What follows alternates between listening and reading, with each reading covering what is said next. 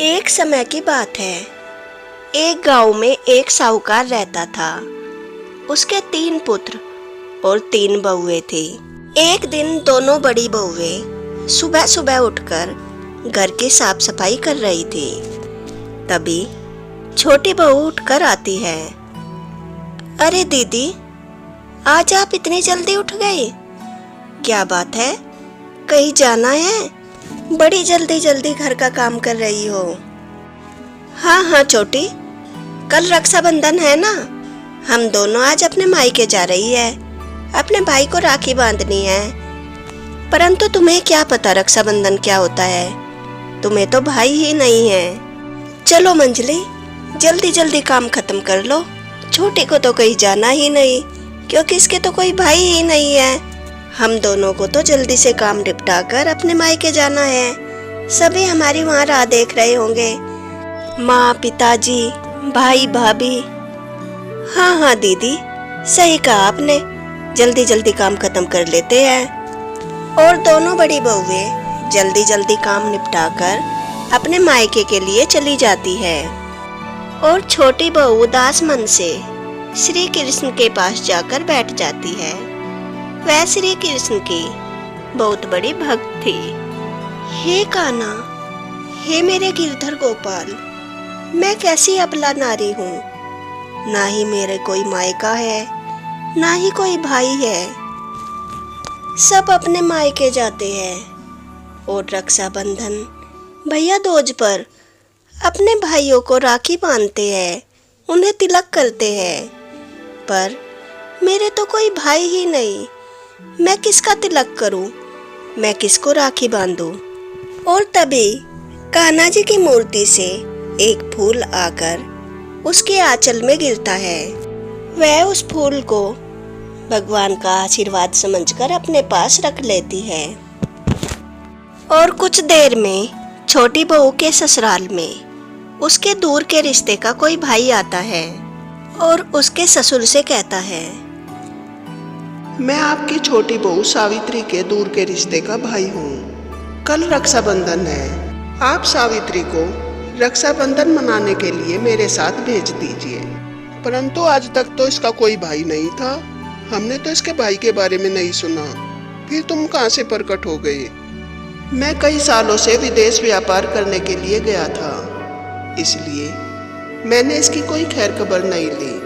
परंतु मैं भी कुछ दिन पहले वापस लौटा हूँ, इसलिए रक्षाबंधन पर मैं सावित्री को लेने के लिए आया हूँ। आप इसे मेरे साथ भेज दीजिए। बहन सावित्री, मैं तुम्हारे दूर के रिश्ते का भाई हूँ। जब तुम बहुत छोटी थी, मैं तभी विदेश चला गया था, इसलिए तुम मुझे नहीं पहचानती। अब मैं वापस आ गया हूँ, इसलिए तुम्हारे मायके में तुम्हारी भाभी तुम्हारा इंतजार कर रही है। तुम मेरे साथ चलो और कल खुशी खुशी रक्षाबंधन मनाओ। और सावित्री अपने दूर के रिश्ते के भाई के साथ अपने मायके चली जाती है।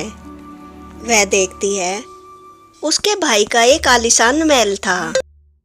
सावित्री की भाभी उसका बहुत आदर सत्कार करती है।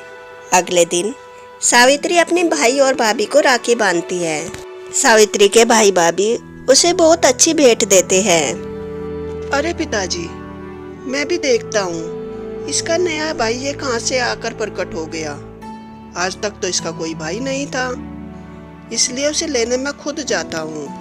और सावित्री का पति सावित्री को उसके मायके लेने के लिए आता है।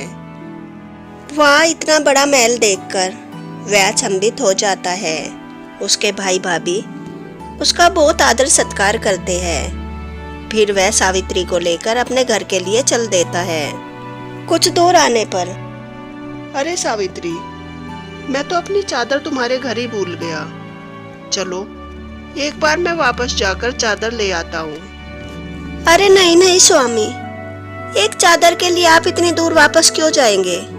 कोई बात नहीं, चादर रह गई तो हम दूसरी खरीद लेंगे। नहीं नहीं, इतनी दूर भी कहाँ है, मैं वापस जाकर ले आता हूँ, कुछ ही देर लगेगी बस।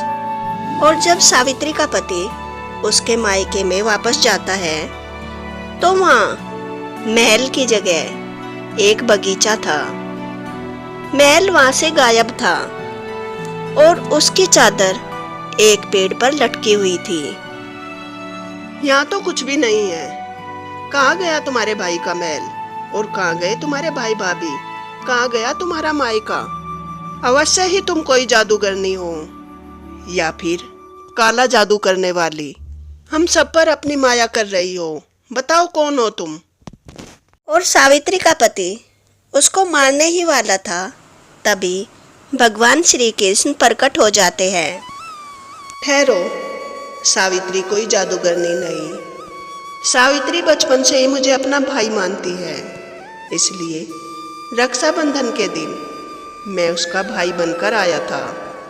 जब भी मेरा कोई भक्त दुखी होता है और सच्चे मन से कुछ इच्छा मांगता है, मैं उसकी इच्छा हमेशा पूरी करता हूँ। सावित्री की हमेशा से यही इच्छा थी कि वह अपने भाई को राखी बांधे, इसलिए मैं सावित्री का भाई बनकर आया और उससे राखी बंधवाई। भगवान श्री कृष्ण को साक्षात देखकर सावित्री और उसका पति भगवान श्री कृष्ण को दंडवत प्रणाम करते हैं और उसका पति प्रभु श्री कृष्ण से क्षमा याचना करता है। अगर आपको रक्षाबंधन की यह कथा पसंद आई हो तो वीडियो को लाइक करें और ऐसी ही कथा सुनने के लिए मेरे चैनल को सब्सक्राइब करें। राधे राधे।